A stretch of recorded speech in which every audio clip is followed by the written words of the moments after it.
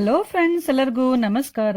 ಇವತ್ತಿನ ನನ್ನ recipe spicy and tangy north ಕರ್ನಾಟಕದ ನಿಂಬೆ ಖಾರ, ಅಂದರೆ ನಿಂಬೆಹಣ್ಣಿನ ಚಟ್ನಿ.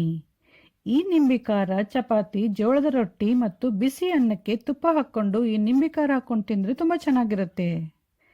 ಇದನ್ನು ಮಕ್ಕಳ ಟಿಫಿನ್ ಬಾಕ್ಸಿಗೆ ಬ್ರೆಡ್, ಚಪಾತಿ, ದೋಸೆ ಮತ್ತು ಪರೋಟಾಗಳ ಜೊತೆಗೆ ಸ್ಪ್ರೆಡ್ ಮಾಡಿ ಕೂಡ ಕೊಡಬಹುದು. ಈ ನಿಂಬೆ ಖಾರನ 1 ವಾರ ಫ್ರಿಜ್ಜಲ್ಲಿ ಸ್ಟೋರ್ ಮಾಡಿಟ್ಕೊಂಡು ಯೂಸ್ ಮಾಡಬಹುದು. ಹುಳಿ ಪ್ರಿಯರಿಗೆ ಇದು ಒಂದು ಬೆಸ್ಟ್ ರೆಸಿಪಿ. ಈ ರೆಸಿಪಿ ಇಷ್ಟ ಆದರೆ ವಿಡಿಯೋ ಕೆಳಗಡೆ ಇರುವ ಲೈಕ್ ಬಟನ್ ಅನ್ನು ಪ್ರೆಸ್ ಮಾಡಿ. ಹೊಸ ವಿಡಿಯೋಗಳ ನೋಟಿಫಿಕೇಶನಿಗಾಗಿ ಬೆಲ್ ಐಕನ್ ಅನ್ನು ಪ್ರೆಸ್ ಮಾಡಿ. ಇನ್ನಷ್ಟು ನಾರ್ತ್ ಕರ್ನಾಟಕದ ರೆಸಿಪಿಗಳಿಗಾಗಿ ನಮ್ಮ ಚಾನಲ್ ಪಾಕಶೃಂಗಾರವನ್ನು ಸಬ್ಸ್ಕ್ರೈಬ್ ಮಾಡೋದು ಮಾತ್ರ ಮರಿಬೇಡಿ. ಬೇಕಾಗುವ ಸಾಮಗ್ರಿಗಳು: ನಿಂಬೆಹಣ್ಣು. ನಾನಿಲ್ಲಿ 4 ಮೀಡಿಯಂ ಸೈಜಿನ ನಿಂಬೆಹಣ್ಣನ್ನು ತಗೊಂಡು ಕ್ಲೀನಾಗಿ ತೊಳೆದು ಬಟ್ಟೆಯಿಂದ ಒರೆಸಿ ಡ್ರೈ ಮಾಡಿ ಇಟ್ಕೊಂಡಿದ್ದೀನಿ. ನಂತರ ಬೆಳ್ಳುಳ್ಳಿ, 1 ಬೆಳ್ಳುಳ್ಳಿನ ಸಿಪ್ಪೆ ಬಿಡಿಸಿ ಜಜ್ಜಿಟ್ಕೊಂಡಿದ್ದೀನಿ. ಹಾಗೆ ಸ್ವಲ್ಪ ಶುಂಠಿನೂ ಕೂಡ ಸಿಪ್ಪೆ ಬಿಡಿಸಿ ಜಜ್ಜಿಟ್ಕೊಂಡಿದ್ದೀನಿ. ನಂತರ ಮೆಣಸು, ಮೆಂತ್ಯ, ಜೀರಿಗೆ, ಅರಿಶಿಣ ಪುಡಿ, ಉಪ್ಪು, ಬೆಲ್ಲ, ಸಾಸಿವೆ, ಇಂಗು, ಎಣ್ಣೆ, ಕರಿಬೇವು, ಅಚ್ಕಾರದ ಪುಡಿ ಮತ್ತು ಸ್ವಲ್ಪ ಹುಣಸೆ ರಸ. ಫಸ್ಟು ನಿಂಬೆಹಣ್ಣನ್ನು ಈ ಥರ ಮಧ್ಯ ಕಟ್ ಮಾಡ್ಕೋಬೇಕು. ಎಣ್ಗಾಯಿ ಬದನೆಕಾಯಿ ಮಾಡಬೇಕಾದ್ರೆ ಹೇಗೆ ಕಟ್ ಮಾಡ್ತೀವಿ ಅದೇ ಥರ ಅದನ್ನು ಕಟ್ ಮಾಡ್ಕೋಬೇಕು. ಆಮೇಲೆ ನಿಂಬೆಹಣ್ಣಲ್ಲಿರುವ ಬೀಜಗಳನ್ನೆಲ್ಲ ತೆಗಿಬೇಕು. 1 ಬೀಜ ಕೂಡ ಉಳಿಸ್ಬಾರ್ದು. 1 ಬೀಜ ಉಳಿದ್ರೂ ಕೂಡ ಚಟ್ನಿ ಕಹಿ ಆಗುತ್ತೆ.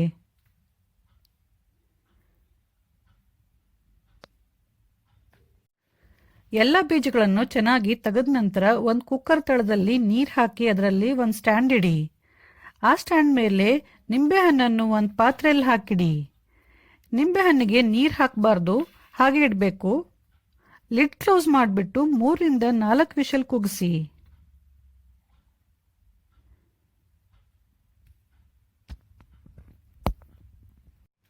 ಕುಕ್ಕರ್ ರೆಡಿ ಆಗುವವರೆಗೂ ಮಸಾಲೆಗಳನ್ನು ಹುರಿದು ರೆಡಿ ಮಾಡ್ಕೋಬೇಕು. ಒಂದು ಕಡಾಯಿ ಬಿಸಿ ಮಾಡಿ ಅದರಲ್ಲಿ ಮೆಣಸು, ಜೀರಿಗೆ ಮತ್ತು ಮೆಂತ್ಯ ಹಾಕಿ ಗ್ಯಾಸನ್ನು ಸಿಮ್ಮಲ್ಲಿಟ್ಬಿಟ್ಟು ಮಸಾಲೆಗಳನ್ನು 1 ನಿಮಿಷ ಚೆನ್ನಾಗಿ ಹುರಿಬೇಕು. ಜಾಸ್ತಿ ಹೊತ್ತು ಹುರಿಬಾರ್ದು, 1 ನಿಮಿಷ ಹುರಿದ್ರೆ ಸಾಕು. ನಂತರ ಗ್ಯಾಸ್ ಆಫ್ ಮಾಡಿಬಿಟ್ಟು ಮಸಾಲೆಯನ್ನು ಸ್ವಲ್ಪ ಕಲ್ಲಲ್ಲಿ ಕುಟ್ಟಿಟ್ಕೊಳ್ಳಿ. ಫ್ರೆಂಡ್ಸ್, ಇವಾಗ 4 ವಿಷಲ್ ಆಗಿಬಿಟ್ಟು ಕುಕ್ಕರ್ ರೆಡಿ ಆಗಿದೆ. ಕುಕ್ಕರ್ ರೆಡಿ ಆದ ತಕ್ಷಣ ನಿಂಬೆಹಣ್ಣಲ್ಲಿ ಈ ಥರ ನೀರು ಉಳ್ಕೊಂಡಿರುತ್ತೆ. ಈ ನೀರನ್ನು ಚೆಲ್ಲಬಾರ್ದು. ನಿಂಬೆಹಣ್ಣು ಸ್ವಲ್ಪ ತಣ್ಣಗಾದ ನಂತರ ನಿಂಬೆಹಣ್ಣನ್ನು ಒಂದು ಮಿಕ್ಸಿ ಜಾರಲ್ಲಿ ಹಾಕಿ. ಬರೀ ನಿಂಬೆಹಣ್ಣನ್ನು ಮಾತ್ರ ಹಾಕಬೇಕು, ನೀರು ಇವಾಗಲೇ ಹಾಕಬಾರ್ದು.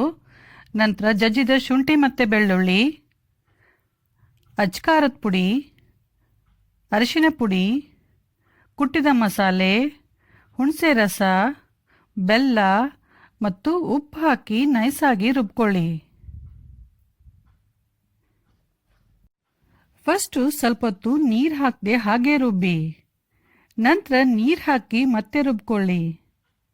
ಎಲ್ಲ ನೀರನ್ನು ಒಟ್ಟಿಗೆ ಹಾಕಬೇಡಿ, ಮಧ್ಯ ಮಧ್ಯೆ ಸ್ವಲ್ಪ ನೀರು ಸೇರಿಸ್ತಾ ನೈಸಾಗಿ ರುಬ್ಕೊಳ್ಳಿ. ರುಬ್ಬಕ್ಕೆ ಬೇರೆ ನೀರು ಹಾಕಬಾರ್ದು, ಈ ನಿಂಬೆ ನೀರನ್ನೇ ಯೂಸ್ ಮಾಡಬೇಕು. ನೋಡಿ ಫ್ರೆಂಡ್ಸ್, ರುಬ್ಬಿದ ಮೇಲೆ ಈ ಥರ ನೈಸಾಗಿ ಪೇಸ್ಟ್ ಆಗಬೇಕು. ನೆಕ್ಸ್ಟ್ ಇವಾಗ ಈ ಚಟ್ನಿಗೆ ಒಗ್ಗರಣೆ ಹಾಕೋಣ. ಒಂದು ಕಡಾಯಿ ಬಿಸಿ ಮಾಡಿ ಅದರಲ್ಲಿ 3 ರಿಂದ 4 ಟೇಬಲ್ ಸ್ಪೂನ್ ಎಣ್ಣೆ ಹಾಕಿ. ಎಣ್ಣೆ ಚೆನ್ನಾಗಿ ಕಾಯ್ದ ಮೇಲೆ ಸಾಸಿವೆ ಹಾಕಿ. ನಂತರ ಕರಿಬೇವು ಮತ್ತು ಇಂಗು ಹಾಕಿ ಸ್ವಲ್ಪ ಮಿಕ್ಸ್ ಮಾಡಿಬಿಟ್ಟು ಗ್ಯಾಸ್ ಆಫ್ ಮಾಡಿ. ನಂತರ ಅದರಲ್ಲಿ ರುಬ್ಬಿದ ಮಸಾಲೆ ಹಾಕಿ. ಗ್ಯಾಸ್ ಆಫ್ ಇರಬೇಕು. ಮಸಾಲೆಯನ್ನು ಚೆನ್ನಾಗಿ 1-2 ನಿಮಿಷ ಎಣ್ಣೆಯಲ್ಲಿ ಮಿಕ್ಸ್ ಮಾಡಿ.